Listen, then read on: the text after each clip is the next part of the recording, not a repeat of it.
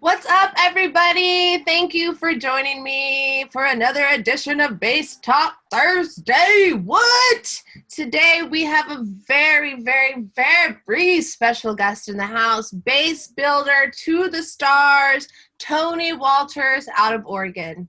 Wow, what a warm welcome. Thank you, Sunshine. Thank you so much for being here with us. We are so excited to talk to you. We have so many questions. We want to know all about you. We want to know all about your history, all about your love of bass building. We want to know about who you're selling these basses to. We want to know about those long, beautiful dreadlocks you have flowing from your head. Tell us everything. Oh boy, where to start? We'll start from the beginning. 5 questions at once. How about we start from the beginning? Tell me about your childhood, how you grew up, your influences, and how you got into music. That's a good beginning. My parents listened to mostly classic rock style of stuff growing up. And then we moved into the 80s, and heard a lot of pop music, Madonna and Michael Jackson. And I was starting to get into hip hop in the teenage years. Then I got into some heavy metal, did a nice heavy metal streak for a while. Oh, we all go through it, don't we? My dad was a guitar player, although he didn't play very often. Wasn't like a big thing in the house or anything, but I always grew up listening to music and loving it. I got kind of a late start playing bass. I started when I was 18 or 19, I think. I had always loved bass. I remember going to festivals and fairs and just like closing my eyes and listening to the bass and feeling it in my chest. And were you feeling it in your chest, or you were feeling it by looking at those ladies move their beautiful bums to the beat of the bass? I can't lie, some of both. I just picked up, I borrowed a bass from a friend, a gal. She lent me her bass for about 6 months. And then I bought a nice used bass, BC Rich. Oh, nice. That was my first bass. And where I worked at the time, I used to work on electronics for a software manufacturing company. And I met a good friend of mine who had graduated from Berkeley, who was a jazz guitarist. Oh, sick.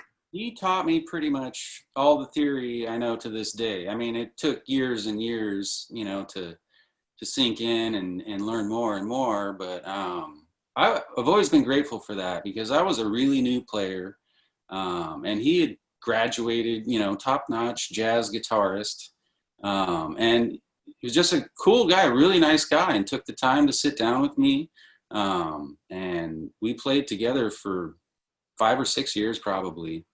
Wow. And it really helped propel me forward, and get to learn the instrument and proper techniques. And so when you say theory, you mean like actual like educational like music theory? Well, I don't know, not like sight reading kind of stuff, but more, just the theory of scales and arpeggios. No, that's exactly what I'm talking about. Yeah, that's so cool. Yeah. That's awesome. And all the relative minors and modes and that kind of stuff. Ooh la la, talking fancy now, Tony. Ooh. But he also, one thing he did for me, since I grew up with parents that were mostly rock and roll oriented, he grew up on the East Coast, and I had no idea until this point in time that simultaneously alongside classic rock was fusion jazz. Okay. And I had never heard of a single fusion jazz band or artist or any of that. And he introduced, it was like opened up a whole new world for me. That's when I discovered, Weather Report and Mahavishnu Orchestra and Dixie Dregs. And I mean, the list goes on and on. Awesome. I discovered, Jocko, and just a world of wonderful bass players because of that also. So that was really compelling, you know, to help keep me pushing forward and playing bass. And I just, you know, I've been fortunate to always discover new paths and always just grew my passion for it. And Nice. that's kind of So, how that got started. nice. So are you in a band now? Yes, I play in a band called D-Solution. It's kind of like, hey, this is the solution to your problems, okay? Ah, I like it. It's spelled D-E Solution. And it's a Zimbabwean-based music. I met some friends of mine probably 8 or 9 years ago who moved to here, Eugene, Oregon, from Zimbabwe. Oh, wow. They actually got exiled from their country because they played very politically conscious music, and their government, they went out on tour and their government would not let them return. And they went here in Eugene, Oregon. That gave me goosebumps. I don't know why, but it did. It's a really, really interesting origin story for the band and the friends that I've made from Zimbabwe. Wow. And that's who I play with now is Day Solution, and it's a Zimbabwean-based music with really strong reggae influence, and it's so fun. I mean, especially being a bass player, the bass lines are very melodic and very, very vocal, and the syncopation and rhythms are just off the hook. You know, a lot of stuff is very different and very unique to me, and I'm just grateful to have the opportunity to learn from some of these master musicians that have such a completely different influence. Yeah. Did it take you a while to be able to learn the different techniques and things that they play? Yeah, some of the rhythms are really challenging, you know, where we might hear an accent or even a downbeat is in a totally different place than we expect it. And so you have to just try and ignore, you know, where you expect it to be and listen to it like it's something fresh. And it's hard to turn off that part of your brain. Yeah, I'm sure, But it's especially when exciting you're, once you get it locked in, you know. yeah, nice fat pocket. Wow, so that's a super interesting story. How did you come across those guys? Well, let's see here. I used to play in jam bands and such, like in the 90s. And towards the end of one of the bands I was in, we met a percussionist who was master percussion player. Philip Seward is his name. And he helped introduce me to a lot of different African music. Okay. And which I just instantly fell in love with. I mean, it's so uplifting and so new and different, you know, to any stuff I'd heard. So I started exploring that. And after that jam band dissolved, the percussionist and I kept playing together and ended up joining up with this guy from, where was he from? Oh, he was from Kenya. And so we started playing some Kenyan-based music. This was up in Seattle where I grew up. And I loved it and had just developed a great passion for it. When my family and I moved down to Eugene, Oregon, first thing I did was start looking for an African-style project to join. And it took a couple years. And actually, I had seen most of the guys in the band in Day Solution. I had seen most of them live with the band that they came over from Zimbabwe with. Thomas Mapfumo and the Blacks Unlimited is the name. Fantastic. I encourage everybody to look them up. Can you say the name one more time?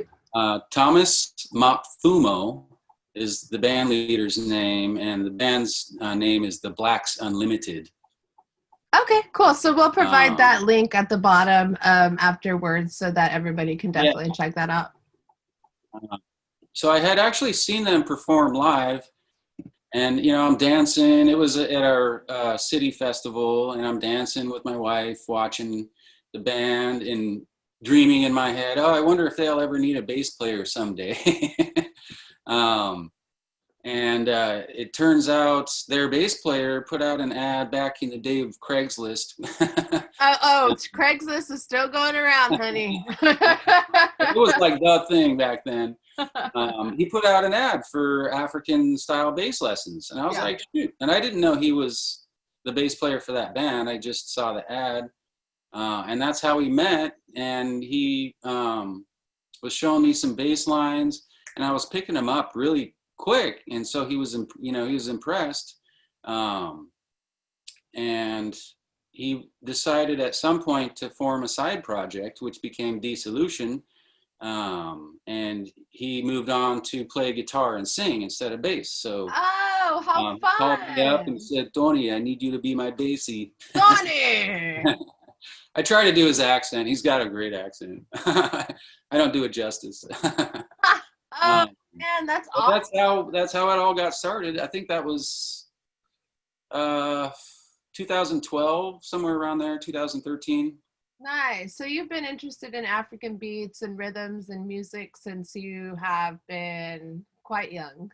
Yeah, for a long time now. It is a very positive, uplifting, and like you said, the syncopation and everything is just so different than what you find here in the States. And I know a lot of music is based off of, African music, since that is the origin of all music, right?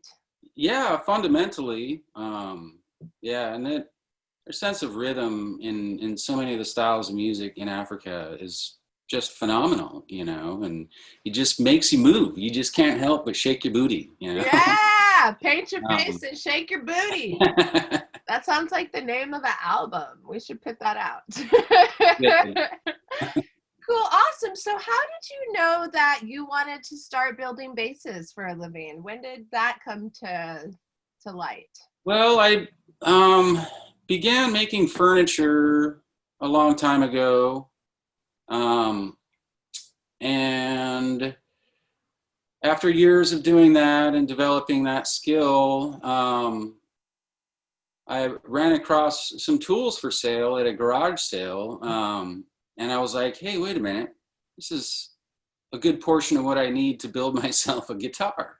And so I purchased some of the tools, and I just had this crazy idea to build myself a bass. I kind of used the existing bass I had at the time, was just an inexpensive Dean 5-string fretless.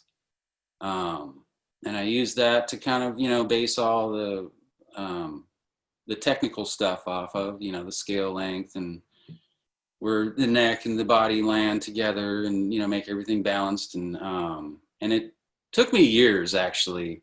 I got to a point where I was really nervous to do the fingerboard work and to join the neck and the body together. And it sat under the bed, wrapped up in towels for like a couple years. Really? I bring it out to show friends every now and then, and then finally, after a while, I was like, you know what? I feel confident. I feel ready. Like I can approach this and do it justice. And I finished the bass and put some good Bartolini pickups in it, and that was my go-to bass for 3 or 4 years. The sound was great. Neck was really thick, a lot thicker than traditional basses have now. More like an upright, but I was going for an upright kind of. Oh wow! Being fretless, so I played it for years, and then as I continued woodworking and making furniture, I was running my own company, just doing custom furniture and kitchen cabinetry and stuff like that. And I thought, you know what? I'm going to start building more basses, because with custom furniture, all my clients are pretty local, and it's really restricted, geographically, Sure. who I can build and design furniture for. And I thought that was a good way to be able to continue woodworking. Plus, I really love working on basses because it's so intimate. And it was really, like, business strategy wise, it was a really good decision. And also for my spirit and soul, it was a good decision. So it was just a good thing to do all the way around, because now I have, customers and clients who I've become friends with from all across the States and a couple other countries. And it, once I put the two together, I just think the timing was good because, I had the ability to spend time with it passionately and try to do it right, Yeah.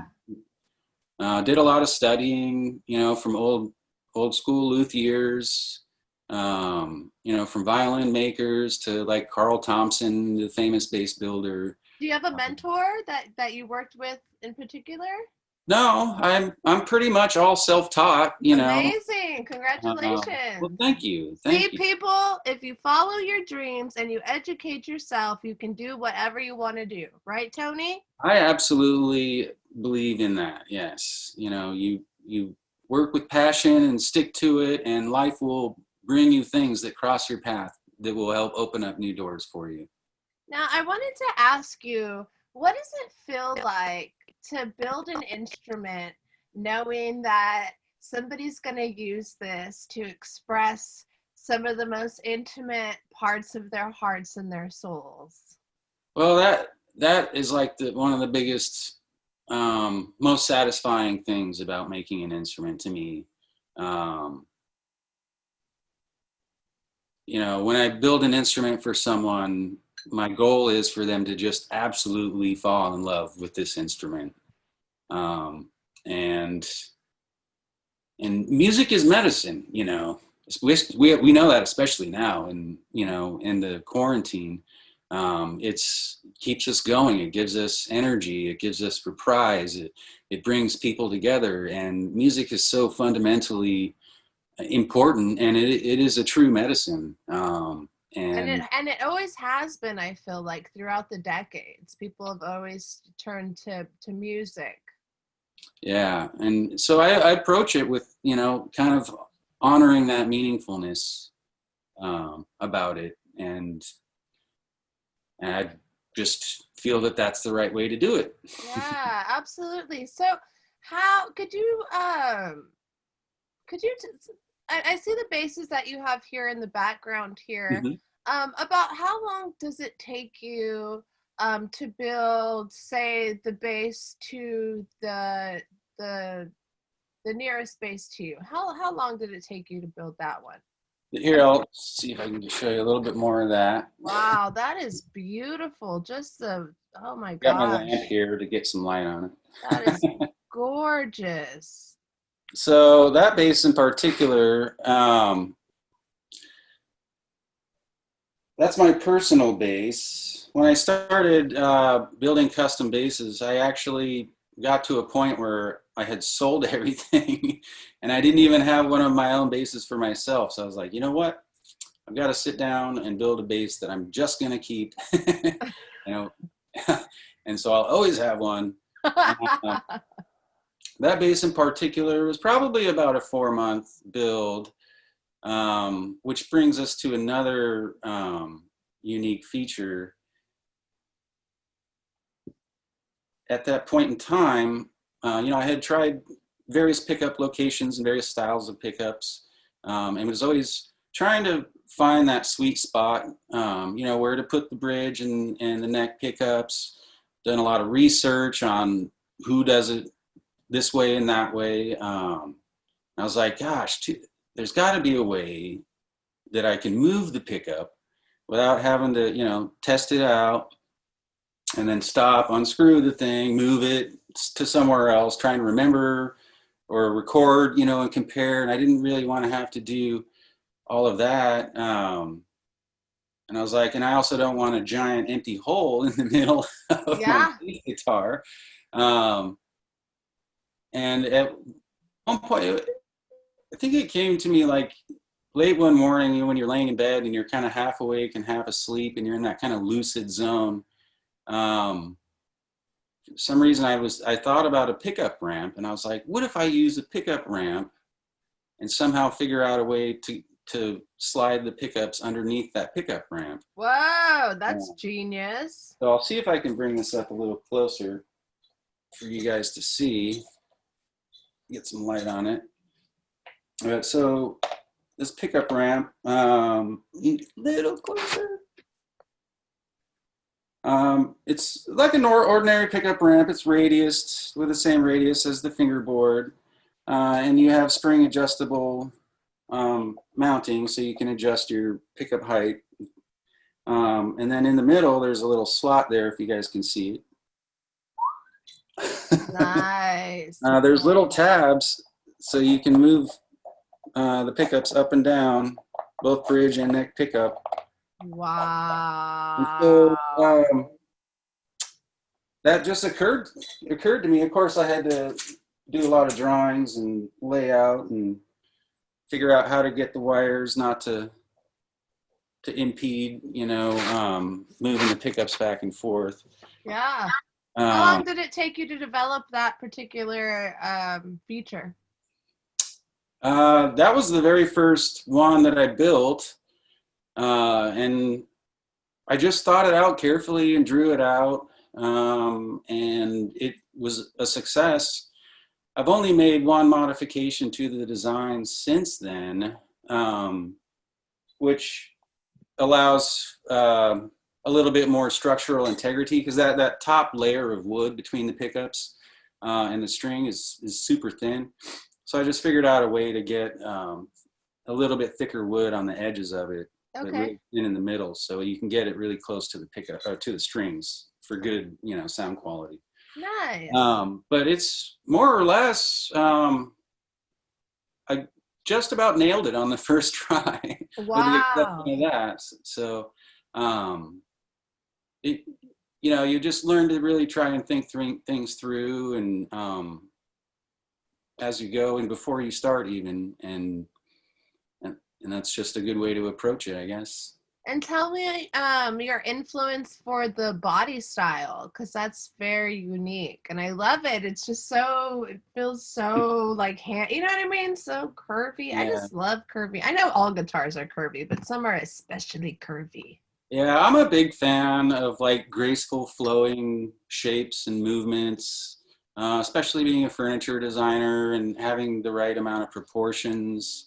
And I do kind of geek out on some of that golden geometry stuff, the Phi and the Fibonacci series, and I geek out on that stuff, and incorporate that into my instruments. And for those of us that may not know that, what is that? The Fibonacci sequence is that mathematical ratio that you see all across the world in nature, in architecture, especially old architecture, in old instruments, the violin and the upright bass.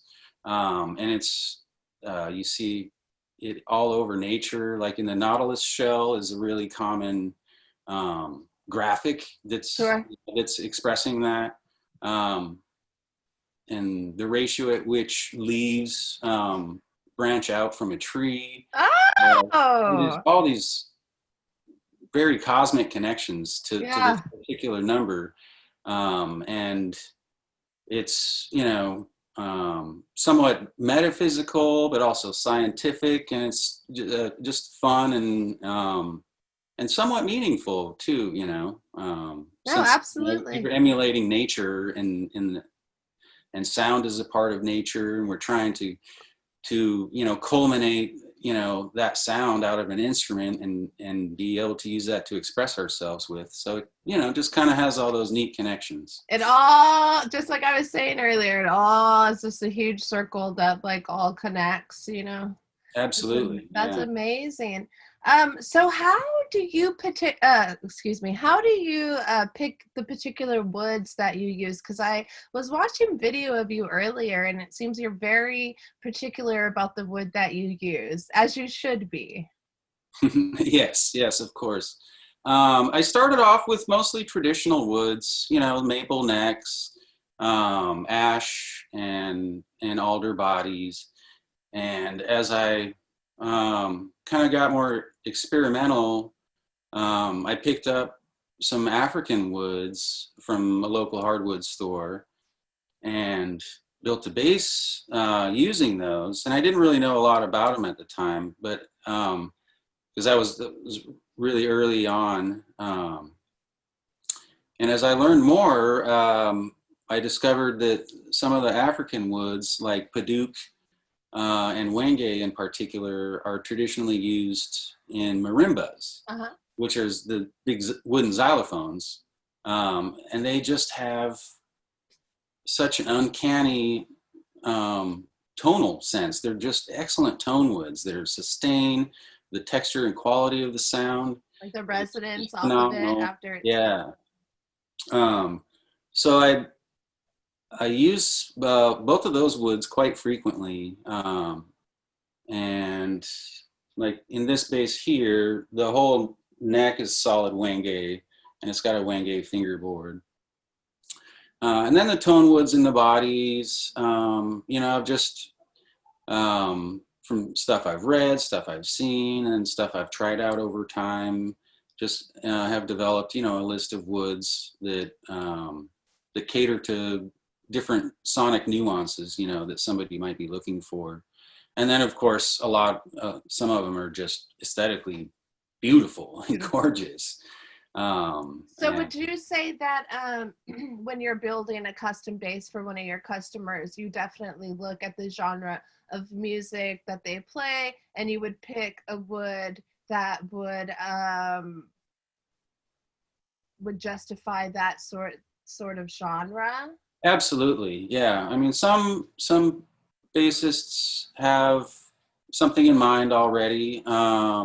You know, so I definitely want a swamp ash body, or, you know, a maple fingerboard or something. Okay. But it varies, you know, with every person. You know, some people come to me with very specific ideas. Some people come to me wide open, saying, "What do you think? You know, what do you want? Or just make me anything." You know. Yeah. We just want a Tony Walters bass. It covers the whole spectrum, which is pretty fun, you know, because it's different every time. And I've also just have met the greatest people. I've become really close friends with pretty much everyone who's gotten a bass from me, or we've just met through that medium. So yeah. Could you tell us a few of the superstars that rock your bass? Because I was reading some names earlier, and it kind of blew my mind. Yeah, I'm very grateful for that, to have met some of the wonderful artists that play Mana Basso basses. Nick Daniels is one that comes to mind first. He's bassist for Dumpstaphunk. Dumpstaphunk. Incredible bass player, singer, drummer, and all around just incredibly good person. Like, we become really good friends. Also in the funk genre is Lige Curry, who's the bassist for Parliament Funkadelic. Oh! And again, another incredibly kind human being. He's such a gentle soul and a lot of fun. Both Nick and him play a signature model. And then a few of the other bass players, there's Aston Barrett Jr. from the Wailers. Nice. And he's played bass with Lauryn Hill and others. Robbie Shakespeare, of course, probably the most well-known of any bass players who play my basses. And again, just a super kind soul. He doesn't like to text. He likes to talk on the phone. You know, he wants that. Oh no, he's connection. One of those. I know. I'm like, I don't always feel like talking because I'm kind of shy. But no, he likes that personal connection, you know. Yeah. And I dig that, you know, even though you know, it's hard for shy people like myself. I think that's a cool approach. Yeah. And then Shiah Coore also plays Mana Basso. He plays with Damian Marley. Nice. Wow. So Man. that's pretty heavy hitting funk and pretty heavy hitting reggae artists How playing does Mana it Basso. how does that make you feel? I still like just standing beside myself when I think about it. I just try to stay very grateful and humble, and the world of bass is just full of great people, and I just feel really grateful to know them and have them as part of the family. Yeah, wow, that's amazing. That's so cool. So how do you pick your electronics? Or I guess that just depends on the artist too. Yeah, some of which people again have specifics. Um, I tend to mostly use Nordstrand, Bartolini, and Delano pickups. Um, and then I was just recently introduced to Uliate pickups from Howard Uliate. I Okay. hope I'm saying his name right. But he's a hand builder of pickups in Nashville, I believe. Um, Nice. and I'm building this guy for somebody, and he requested those. Um, Wow. What and could you just is that a 5 or a 6 string? it's a 5. Yeah. Okay.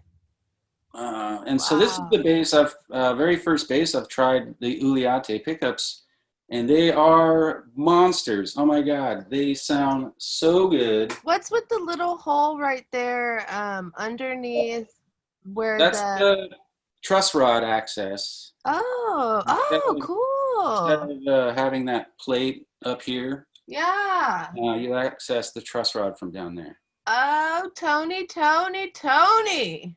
Did you used to get that a lot? Oh yeah, yeah. Circle back in the 90s or something. Tony, Tony, Tony has done it again. Yeah. That's cool. I love the way that you're thinking outside of the box. I think it's really inspiring for a lot of people right now who have a lot of passion and want to fulfill their dreams, but don't necessarily know how to like start or like get into like certain things. So I really wanted to like highlight a luthier 2017 Bass Musician Magazine's Luthier of the Year. Who is an amazing bass builder, and you pretty much just started. It was just a dream that you thought of, and it took you a couple of years to get confident enough to begin actually building them and putting them together. And once you were confident enough, like the sky's the limit. Absolutely, yeah. I very, very much encourage anybody to just keep pursuing their dreams. And I would have never imagined myself to, um, be able to successfully do it for a living and have met the people I've met, and just, you never know what can happen. It seemed just like a pipe dream, but I just kept doing it because it's what I loved, and little things would fall into place here and there, and just help lead me in the right direction. How do you set yourself apart from all the other bass makers, all the other luthiers? Well, there's a lot of really good basses out there. So, my approach isn't to try and really outdo anybody. Um, and it's just to do it as well as I possibly can, and to honor the instrument and the musicians that are going to play them, and the music that they're creating. Um, So I you have, oh, go sorry. ahead. I was going to say, so your bassists do the talking for you. That they're much better at doing the talking than I am. Yes. I mean, I do have a unique approach to building them, especially in certain aspects of the bass, which is nice to have that distinguishing characteristic.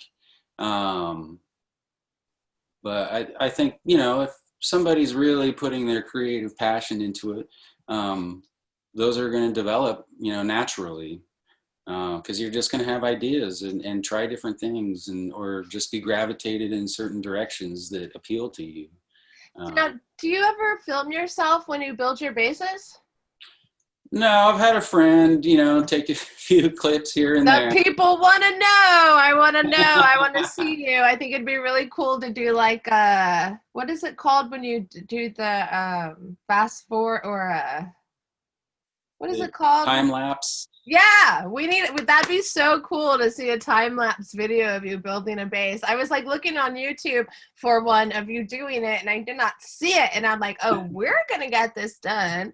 I like your thinking. That's a great idea. I think that'd be fun. You could break it into a 4-part series, and then you just show us the different things, because I think it's so interesting. But I don't think people get to see enough of the work behind the instrument, and we wouldn't be able to be playing our instruments without people like you out there building them. And thank you so much for that. That's a great idea, and thank you for appreciating that. Yeah, that would be something really fun to do, actually. I think that would be worthwhile. Yes. So you heard it here, folks. First, Bass Talk Thursday. Tony Walters is going to put us together a little time-lapse video, 4-part series. Cool. So I know I've taken up a lot of your time today, and I want to thank you so much. But before you go, I want to do a little quiz with you, since you are the master woodworker. I want to test your knowledge on wood. All right, let's do it. So let's see. Number 1, all wood comes from trees. True or false? Well, not technically true, so no, I would say that's false. Okay. What is the definition of a hardwood? Any wood with a specific gravity over 0.8. Any wood that comes from a broadleaf tree, any wood that is too hard to scratch with a fingernail, or any wood that can be used in construction. The broadleaf tree, also known as the deciduous trees, is the correct answer. Oh, look at you! Which of the following is a soft wood? Walnut, balsa, apple, or yew? Spelled Y-E-W. Balsa. Balsa. Of the following woods, which is the densest, heaviest per volume? White oak, ironwood, lignum vitae, or redwood? Lignum vitae is the heaviest wood on planet Earth. It will actually sink in water. Tony, you were the man. Okay. Of the following, which is not a correct pairing of a wood with its color? Gaboon, excuse me for if I don't pronounce these right. Gaboon ebony, black. Purple heart, purple. White pine in white. Or paddock in orange red. Those are all pretty good. Gabon ebony is black. It does have a blonde sapwood. So you're getting into some technical areas there, but it is indeed black in the heartwood. What was the next one? Oh, purple heart. It's actually purple. Also, again, the sapwood, which is the outer layer of the tree, is a lighter color. I'm going to say pine because we'll get back to that. Paddock is indeed a reddish, orangish wood. Used a lot of it. So white pine is actually not white. It's more yellow. You would, of course you would know that. Okay, so why do they call it white pine then? Well, a lot of times they're naming it from the outside visual aspects of a tree, like black oak and red oak. Makes sense. Well, actually, red oak's not a good. Sounds like our society today. Yeah. Okay, moving on. True or false? Some woods are toxic. True. Oh, I didn't know that. Yeah, some of them have oils that can be irritants to the skin and also to the respiratory system when you have sawdust, and you're breathing it in. So there's certain woods that are just best not to work with. Yeah. Wow, interesting. Now let's talk a bit about some tools for working with wood. All right. If you wanted to cut a complicated design from a small piece of thin plywood, what tool would be best suited? A table saw, a circular saw, a jigsaw, or a scroll saw? Did I break up? You're cutting out, so the options were table saw, We had circular saw. table saw, circular saw, jigsaw, or scroll saw. The best to do that, an intricate pattern, would be a scroll saw, although a jigsaw is also capable of doing curves, but not as intricately.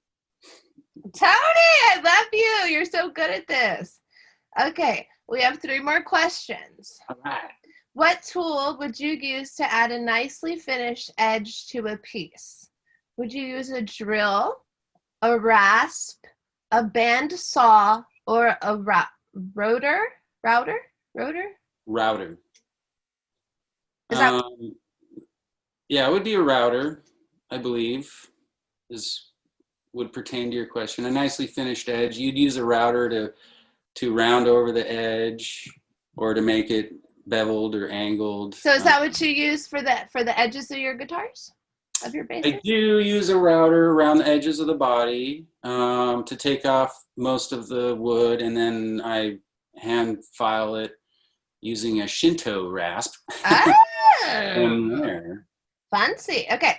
Many woodworkers prefer Japanese hand saws. What is the primary way that Japanese saws differ from U.S. saws? Japanese saws have finer teeth. Japanese saws cut on the pull stroke. Japanese saws use better steel, or they are less expensive. The main difference is they work on the pull stroke instead of the push stroke, but they are, almost all of them have much finer teeth than European or American saws. So is that a trick question? A little tricky. Which of the sandpapers below has the finest grit? 100, 60, 80, or 220? The higher the grit, the smoother the sandpaper. So 220 would be the smoothest. Okay, are you ready? I'm going to submit your answers.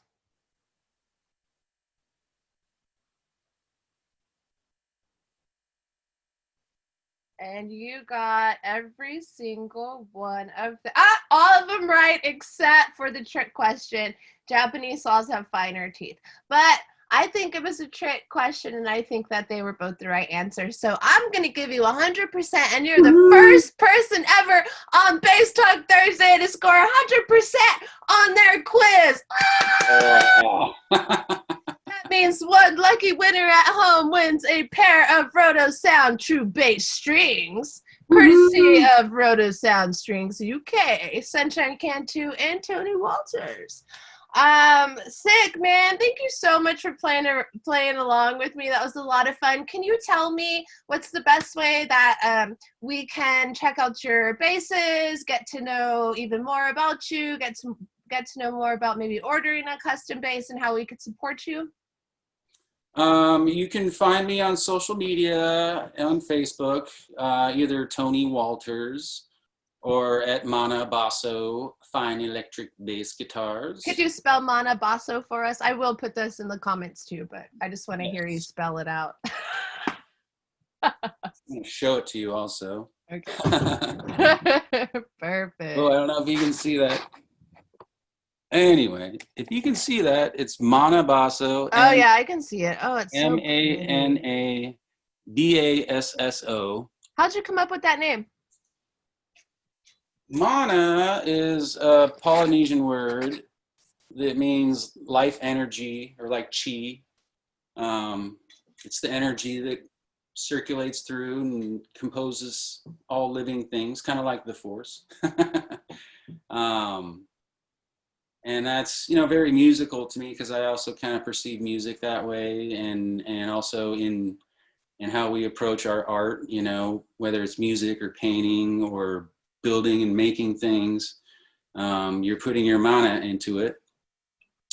And basso is the old Italian word for bass. And so just to kind of honor that old handmade approach, and also that life energy that I'm putting into it and that people are putting into it when they're playing music.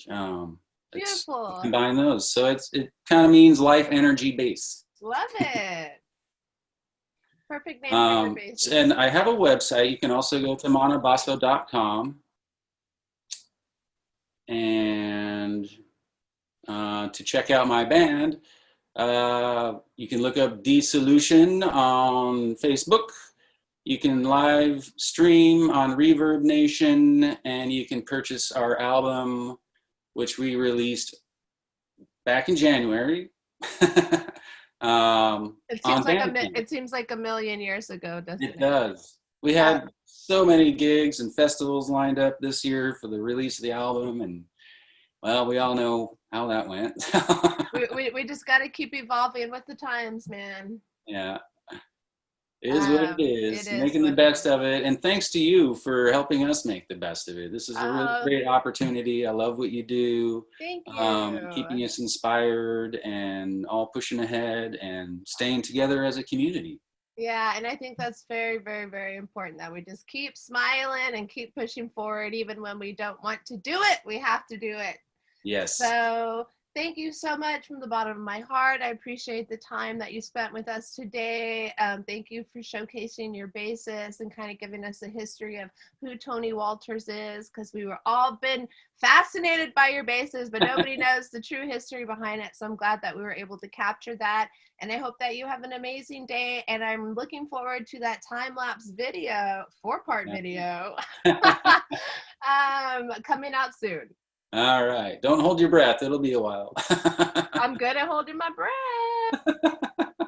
All right, my brother. You have a wonderful afternoon, and it was so nice speaking with you. You too. Oh, hey, I was going to tell you a pun before I left. Oh, please do. It's on your name. I love dad jokes. Well, I'm a dad, so, you know, I got to love it.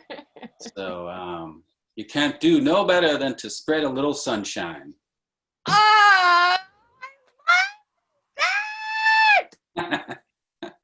What is that? That's my new tag. What?